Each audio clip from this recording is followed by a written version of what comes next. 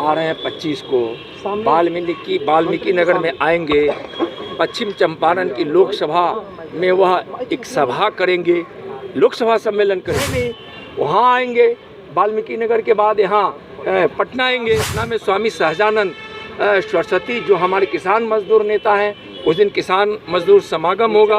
वहाँ 1100-1200 हत्याएं हो गई जब से यह सरकार बनी है, तब से लेकर 400 उनसे जाके मिला हूँ। जब भी उनकी तबीयत खराब हुई मैंने उनसे जाकर मिला हूँ। जब वह सिंगापुर में थे तब भी हमारी उनके लोगों से बात उनके विधायकों से हुई थी, जो हमारे संपर्क में पता चला कि सिंगापुर जा रहे हैं, तो उनसे भी बात हुई थी। ईश्वर से प्रार्थना है जल्द स्वस्थ हो और दीर्घायु हो, ये मैं ईश्वर से कामना मैं कर रहा हूँ।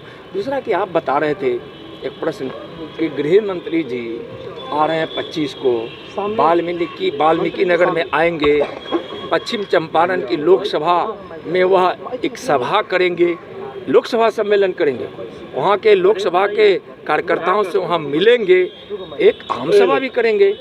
और यह सोचिए कि भारतीय जनता पार्टी कैसी संगठन है, संगठन महामंत्री और राष्ट्रीय अध्यक्ष भी यहाँ लोकसभा सम्मेलन में आते हैं, कार्यकर्ताओं से मिलने के लिए आते हैं और उनके साथ बैठकें करते हैं। और कोई क्या होगा तुलना में लोग क्या, आप जाइएगा बढ़िया से, जब वीडियो आप बनाएंगे तो ज़रा हमको दिखाइएगा, गिना देंगे कि कितने कितने वहाँ कौन कौन लोग हैं, आए भी तो किस प्रकार के लोग आए।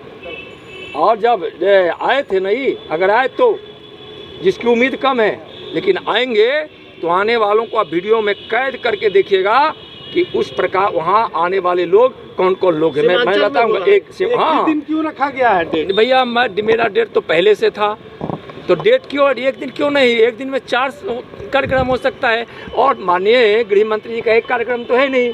वहाँ आएंगे वाल्मीकि नगर के बाद यहाँ पटना आएंगे। पटना में स्वामी सहजानंद सरस्वती जो हमारे किसान मजदूर नेता हैं, उस दिन किसान मजदूर समागम होगा। वहाँ उनकी जयंती समारोह मनाई जाएगी। तो एक ही दिन में बिहार में समय रहता था, एक दिन में तो कहते हैं कि मैं 4 जगह जा सकता हूँ। लेकिन महागठबंधन का रैली उसी दिन क्यों है? महागठबंधन का रैली क्यों है उनसे पूछिए। यहाँ जब हमारे भारतीय जनता पार्टी के राष्ट्रीय अध्यक्ष और हमारे माननीय गृह मंत्री जी जब आए और जब आगे आएंगे तो उसकी तैयारी जनता की थी, आगे भी जनता करेगी। और उनके वो जो है ना रैली, उसमें भी आपको तुष्टिकरण दिखाई पड़ेगा। बहुत बहुत धन्यवाद। जदयू में जिस तरह उपेंद्र कुशवाहा का रवैया रहा है, क्या बीजेपी का दरवाजा खुलेगा उपेंद्र कुशवाहा के लिए? क्या उपेंद्र कुशवाहा के लिए बीजेपी का दरवाजा खुलेगा? लगातार उपेंद्र कुशवाहा ये कह रहे हैं कि नीतीश कुमार, उपेंद्र जी से पूछिए ना। बद से बदतर है, इतनी खराब स्थिति विधि व्यवस्था की बिहार की हो सकती है, बिहार के लोग सोचे भी नहीं थे। 1100-1200 हत्याएं हो गई जब से यह सरकार बनी है, तब से लेकर 400 से ज़्यादा यहाँ हत्या के प्रयास किए गए हैं। 200 के लगभग यहाँ माँ बहनों के साथ निर्मम बलात्कार हुआ है। यहाँ अपराधी खुलेआम घूमते हैं। छपरा की घटना को देखे होंगे कि आरजेडी के एक नेता ने, आरजेडी से जुड़े एक मुखिया ने 2-3 नौजवानों को इस बेरहमी से पीटा, मोटे डंडे से पीटा, चिल्लाता रहा, रहम की भीख मांगता रहा, लेकिन उस पर क्रूरता के साथ जैसे कोई राक्षस प्रहार कर रहा हो उस प्रकार से प्रहार करके 2 को तो मौत की नींद सुला दिया, एक अभी जिंदगी और मौत से जूझ रहा है। और जिस प्रकार से हत्याएं के प्रयास हो रही है, चोरी हो रही है, पिछले 2 सप्ताह में देखिए यहाँ 11-12 इस पटना यह बिहार की राजधानी में बड़े वारदात हुए, 5 लोगों की उसमें मौत हो गई। बिहार से लोग पलायन कर रहे हैं। नीतीश कुमार जी और तेजस्वी जी का यह गठबंधन बिहार को बर्बाद और बदनाम कर दिया है।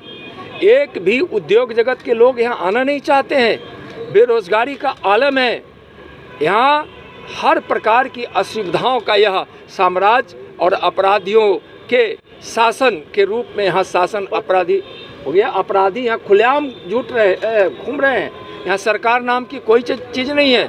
यहाँ विधि व्यवस्था को अपराधियों ने अपने हाथ में ले लिया है, बेलगाम है। और सबसे घिनौनी बात है कि सरकार के द्वारा महागठबंधन की जो सरकार है उसके द्वारा अपराधियों को संरक्षण प्राप्त हो रहा है। बिहार के लोग भयभीत हैं, त्राहिमाम कर रहे हैं। 25 तारीख को जिस दिन अमित